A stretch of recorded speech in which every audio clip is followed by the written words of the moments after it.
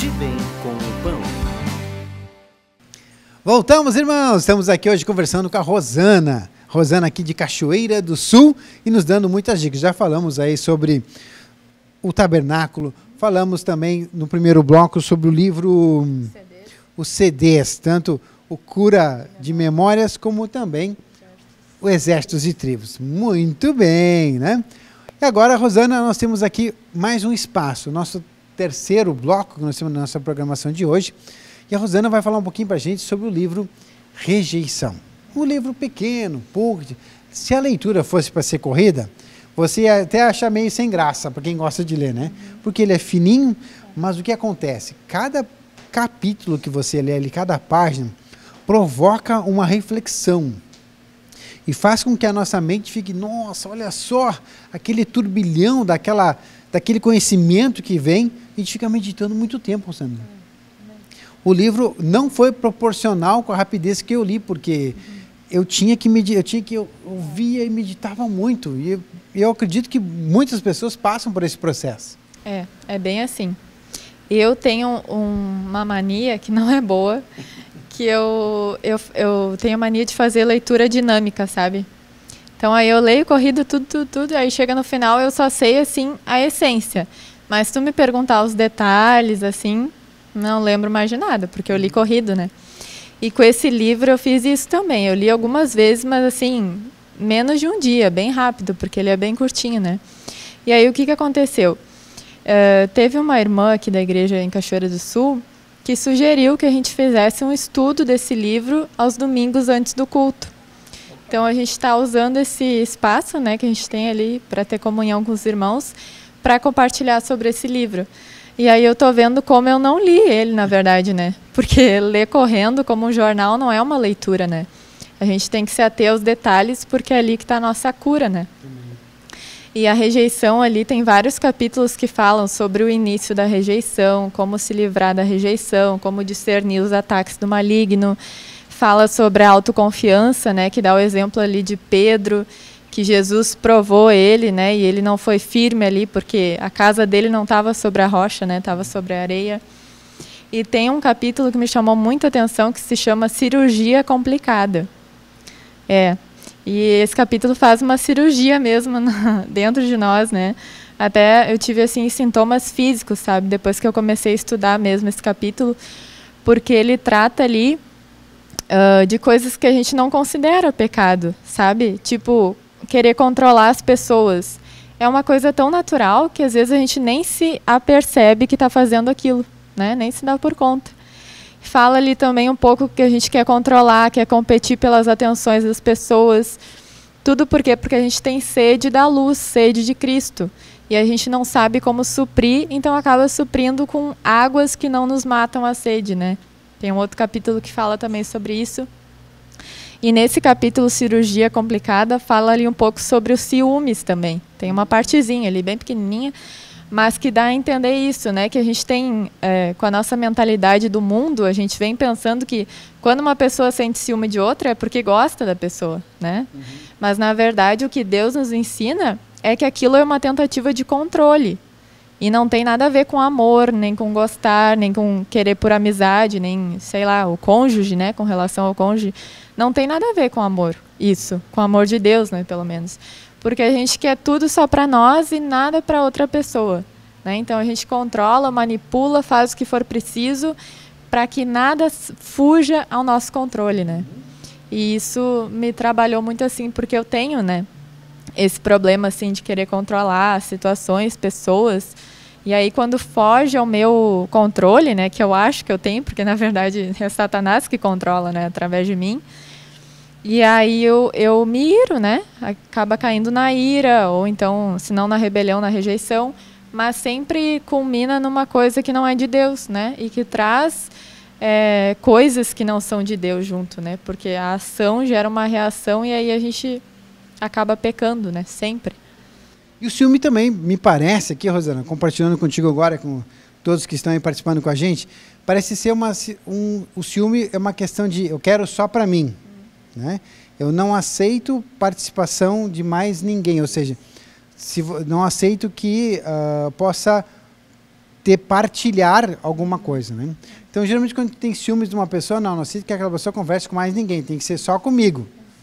Então, a gente vê como isso é bem doentio mesmo, né? Esse sentimento essa carência, né?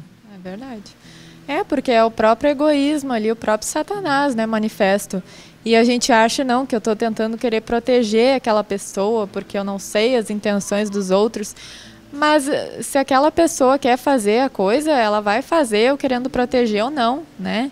Então é Deus que tem que cuidar de mim, cuidar de você, cuidar de todos nós. E aí entra também nesse capítulo a parte do julgamento e da crítica. Que às vezes a gente veste uma capa legalista, né, que aparentemente é santa, espiritual, para os irmãos ou até para os familiares, e aquilo tudo é falso. E aquilo desmorona ao primeiro toque de Deus para que as coisas fujam ao nosso controle, né? Porque aquilo é uma capa falsa, para acobertar a rejeição que na verdade está ali operando, né? Então esse capítulo, assim, ele desmascara muita coisa na gente, coisas pequenas, sabe? Nem tem tanto versículos bíblicos ali, mas tem explicações do dia a dia que a gente passa todos os dias e que a gente não para pensar. Isso é um pecado contra Deus, né? Porque é tão natural aquilo. Que vem justamente da nossa natureza humana e que está impregnada da malignidade que a gente vem, da influência que nós recebemos, que vem lá, como diz o Salmo 51:5, que a gente já nasceu com essa influência e que Deus nos está dando a oportunidade de a gente se livrar dela, para que a gente ganhe a influência de Cristo e de Deus na nossa vida, aí sim para a gente poder estar sendo merecedor da comunhão eterna com Ele. Rosana, o que mais nós falamos sobre esse material? Porque rejeição é um assunto tão abrangente e tão, olha, como é manifesto esse sentimento que muita gente não sabe que é. Todos os dias a gente acaba expressando uma coisinha aqui, uma coisinha ali, que vem desta influência da rejeição. É verdade. E tem um outro capítulo também, que eu não lembro agora o título, que fala que a gente, quando tem rejeição, a gente costuma fantasiar coisas, assim, a nossa imaginação vai tão longe que a gente imagina que uma pessoa, por exemplo, está contra nós. Né? Então, a pessoa está lá, está atarefada, ou então está com pressa, passou e não nos olhou, o que Satanás faz? Aciona a imaginação, a mente, né? Sempre a mente, e fala assim no nosso ouvido: aquela pessoa não gosta de ti, aquela pessoa te rejeita, te despreza, faz o mesmo com ela. Aí vem um outro dia, a pessoa não está com pressa, ou então não está atarefada, vem nos cumprimentar, a gente já se fecha. Aí já acabou o relacionamento por aí, né? Então, é uma coisa assim muito diabólica, porque Satanás ministra uma coisa de um lado, outra coisa do outro, e a junção das duas é sempre para causar divisão, né? Então, a rejeição é o maior causador de divisão no nosso meio, né? O egoísmo, a rejeição, que gera rebelião, né? Na verdade, a rebelião, ela veio da rejeição, né? Porque esse livro explica que lá no início de tudo, Lúcifer, ele se sentiu primeiro rejeitado por Deus, né? Porque Deus, ele tinha feito o homem, e Lúcifer achou que ele ia ser o centro do plano de Deus. E quando ele viu que o homem estava no centro, o que ele fez? Ele disse: não, então eu vou me rebelar, né? Porque se Deus está me rejeitando, eu também vou rejeitar ele. E assim tudo começou, né? E aí está um sentimento. Muitas vezes você está lá no teu trabalho, né? Você está em casa, né?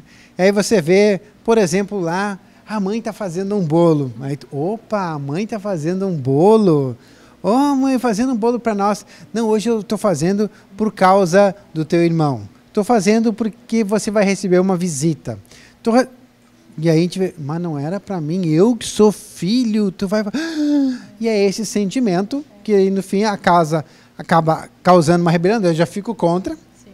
Ah, nada para mim, tudo para os outros. Mãe sempre deu atenção, né? Capaz que a mãe não vai...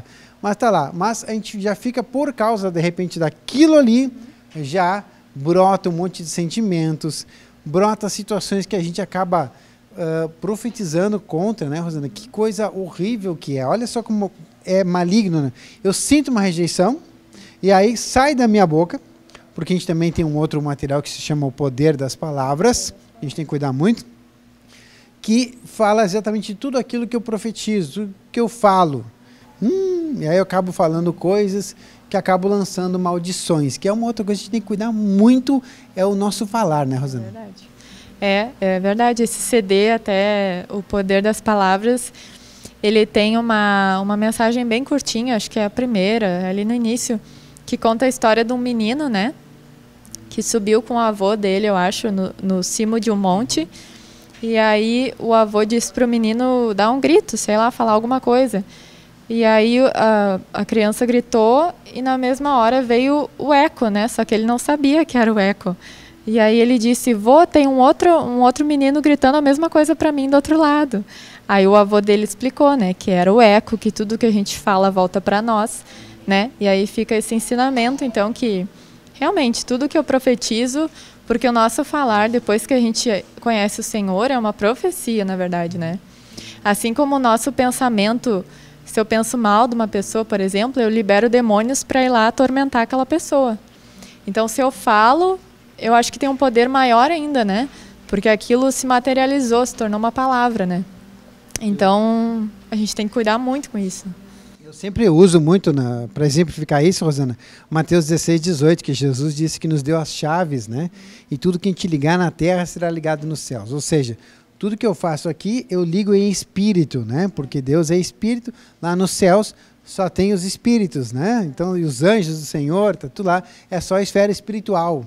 Então, tudo que o Senhor nos deu essa oportunidade. Então, a gente tem que cuidar, porque a gente não se dá por conta e está lançando, que nem a Rosana aqui, né, liberando espíritos para atormentar, e a gente não se dá por... A gente, não, mas eu não queria. Mas tu foi usado para que aquilo pudesse acontecer. Então, outra dica aí, que a gente está falando aqui, além do rejeição, é o CD, O Poder das Palavras. Vale muito você poder pegar ali e se orientar por aquelas verdades ali descritas.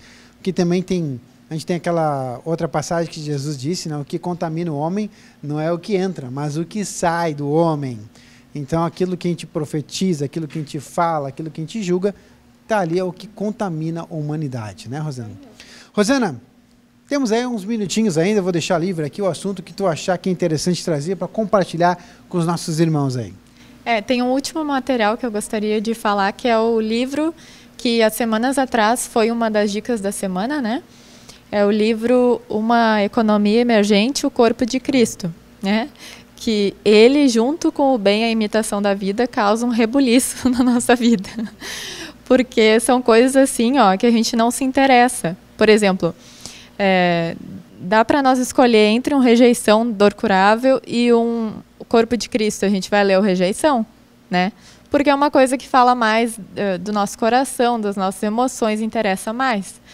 Mas o corpo de Cristo, né, até foi falado no aperfeiçoamento esses dias, que tudo que versa sobre o corpo de Cristo, estratégia de apacentamento, evangelismo, a gente não se interessa muito, porque não é uma coisa que aos nossos olhos vai nos beneficiar, né? Só que a gente não tem essa realidade que a bênção é coletiva, então ela vem pelo corpo.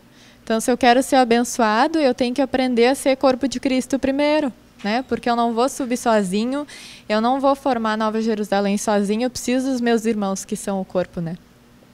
E aí, assim, eu não li todo esse livro ainda, eu estou bem no início, né? O Corpo de Cristo, mas ali no capítulo inicial já tem os subtítulos, e um dos subtítulos fala sobre a religião, né? Que a religião é a conduta do ego, do velho homem. E aí, como tem sido falado, né, que nós estamos frios, religiosos, que nós somos crentes, principalmente os mais antigos, né, que já perderam, parece, aquele sabor, né, da salvação, da esperança, e aí se tornam religiosos, e é verdade, porque a gente quer ter uma capa externa de espiritual, de santificado, mas por dentro a gente está continuando a agradar os demônios, né, e a gente não se converteu de verdade ainda para o Senhor. Muito bem, hoje estivemos aqui então conversando com a irmã Rosana, aqui de Cachoeira do Sul. Rosana, obrigado por participar com a gente aqui, foi muito bom. E nós ficamos por aqui. Até o próximo programa. TV Menorá apresentou